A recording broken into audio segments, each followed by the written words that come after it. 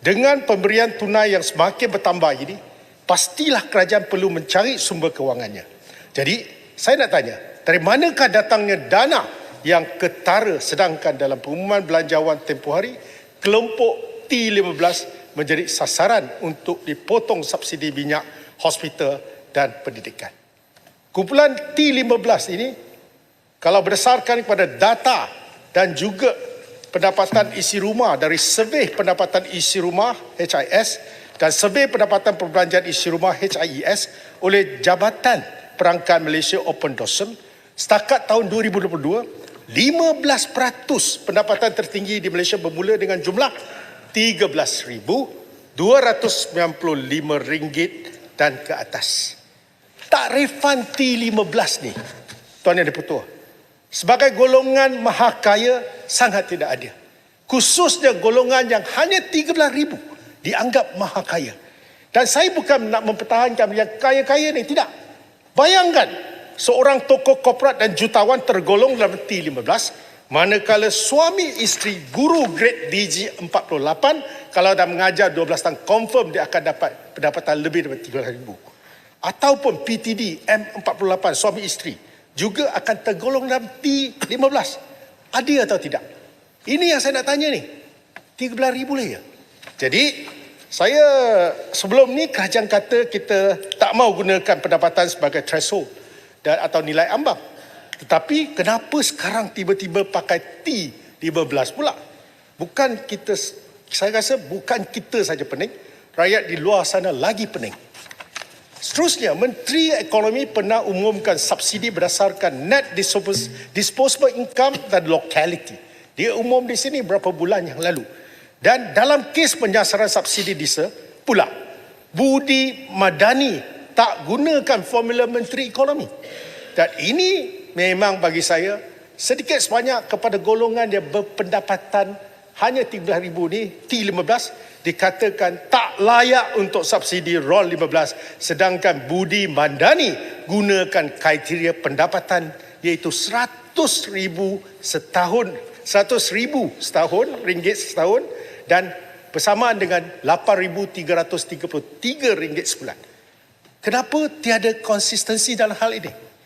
Kemarin pula Menteri Ekonomi kata kerajaan rancang untuk kenakan 2 harga berlainan bagi RON 95 di stesen petrol apabila subsidi pukal dimansuhkan tahun depan. Dia kata juga akan ada harga yang tidak bersubsidi untuk golongan T15, manakala baki 85% rakyat masih akan membayar harga bersubsidi. Media melaporkan subsidi petrol ditarik, kerajaan sedia berdepan reaksi awam. Kerajaan akan kena pasti siapa dalam golongan T15 kelak, kata Menteri. Sekiranya mau letak 2 harga bagi RON 95, maka kena ada satu mekanisme atau cara di stesen petrol untuk kena pasti siapa T15. Kepala otak kita kena tengok cap muka dia. T15, T85 dan siapa lagi baki 85%, sama ada melalui MyCard ataupun cara lain atau sistem pengenalan lain.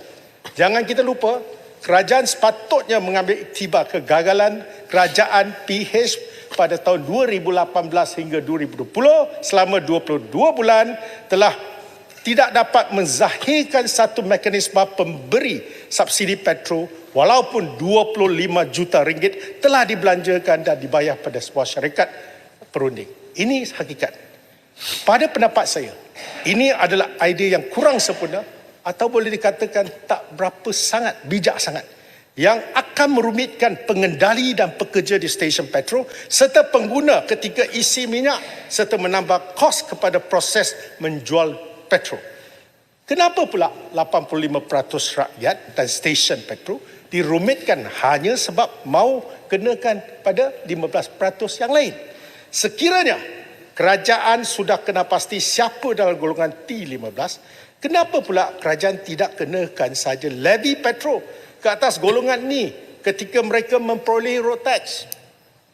Selain mengenal pasti golongan T15, kerajaan juga boleh kenakan levy petrol ke atas kenderaan petrol baru yang menilai lebih daripada 300,000. Ini sebagai contoh. Ya. Katakan setiap kenderaan golongan T15 akan diisi minyak 50 liter seminggu. atau sekitar 2,600 liter setahun. Manakala kos subsidi kalau RM1 1 liter, kerajaan boleh pula kenakan levy petrol 2,600 tahun ke atas lesen kenderaan golongan T15. Sekiranya mereka benar-benar dari golongan T15 atau mampu membeli kereta melebihi RM300,000, saya rasa ia tak akan jadi masalah untuk mereka membayar RM2,600 ni bagi setiap kenderaan yang mereka miliki. Dengan cara ini, kita hanya perlu ada satu harga petrol bersubsidi di stesen minyak dan kerajaan masih akan mengutip wang sebagai kos subsidi bagi golongan T15.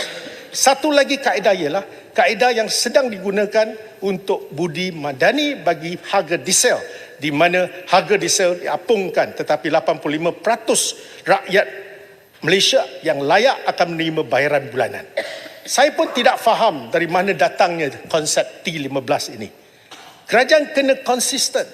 Tak boleh sekejap gunakan T20, kemudian T15, T18 dan akhirnya T15 ni terus digelar sebagai golongan mahakaya. Saya anggap pasangan guru grade DG48 ke atas dikategorikan sebagai T15 dan dianggap sebagai mahakaya adalah tidak adil bagi pasangan suami isteri yang rajin bekerja ini. Dan kita tak sepatutnya menghukum mereka. Dan saya nak bayangkan gaya hidup orang kaya dengan pasangan cikgu, macam mana boleh kita samakan? Memang lain. Dan kerajaan kata sekarang kereta mewah berharga RM500,000, RM500,000. Sisinya rendah kerana struktur road tax sudah lain. Perlunya anjakan paradigma yang baik dalam isu ini, bukannya menyebabkan kucah kaca di stesen minyak disebabkan T15 ni. T15 ini juga bakal dikurangkan subsidi pendidikan. Ini lebih padah. Dan kesihatan juga, subsidi kesihatan secara berperingkat. Adalah tidak adil untuk menghukum T15 ini dengan penarikan subsidi dan kelompok ini menjadi penyumbang kepada ekonomi negara. Janganlah menghukum mereka. Tuan Yang Dipertua, penyediaan akses pendidikan dan kesihatan yang baik ada tanggungjawab kerajaan. Dan sepatutnya asas pendidikan dan kesihatan patut disediakan secara percuma kepada semua rakyat. Jika T15 diminta membayar kos rawatan di hospital, berapa kadarnya yang patut dibayar oleh golongan guru ni? Kalau suami isteri ni ada guru. Contoh, MRI. Di hospital kerajaan, semua pesakit kini hanya bayar RM5 untuk yuran rawatan pakar. Mulai tahun hadapan, berapa jumlah yuran yang perlu dibayar? Kerajaan kata secara gradual, secara beransur-ansur. RM10, RM50, RM200 atau RM500 atau berapa ribu. Sebab kos MRI di hospital swasta adalah sekitar RM2,000 hingga RM3,000. Dalam konteks pelaksanaan subsidi ini, apa data lain yang kerajaan akan guna? Apa fungsi padu akan dimanfaatkan sepenuhnya ke di sini? Saya rasa ini kita kena tengok balik.